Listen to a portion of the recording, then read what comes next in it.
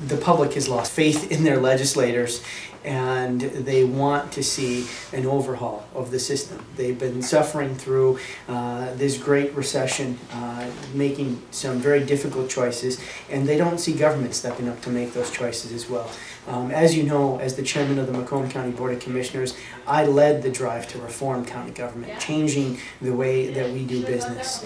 And I'm running for the state senate because I believe we have to do the same thing in Lansing.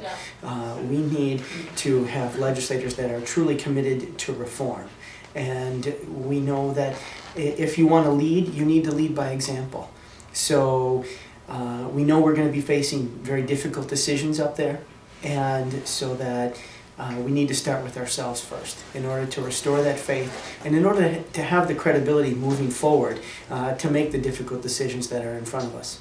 So our plan is essentially this: one, cutting legislators' pay, 25%. Of course, you know, the people that are there now cut legislators' pay, but not on themselves. What they've done is they've cut legislative pay for the next term. We need to lead by example. That's what we did in Macomb County. We've taken the hit before we asked anybody else to make the sacrifice. Two, cutting the perks and the benefits. Those expense accounts, making sure that there's full accountability of that, and make sure there's documentation to back up what those dollars are spent on. And then, of course, eliminating the lifetime health care for legislators. Three, we need to audit all state contracts. We need to have people review those with a fine-tooth comb, make sure that we're eliminating some of the expenses that we don't need on the books any longer.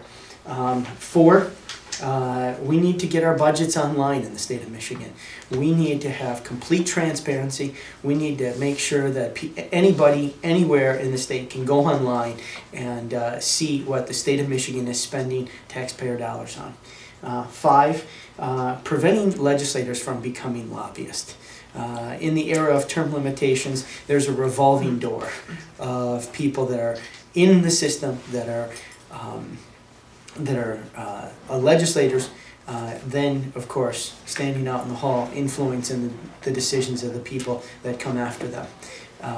We need to close that door and make sure that we have complete transparency of that and not undue influence.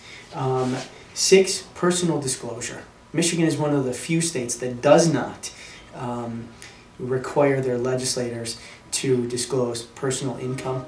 I introduced this bill back in 1999 when I was a member of the State House of Representatives.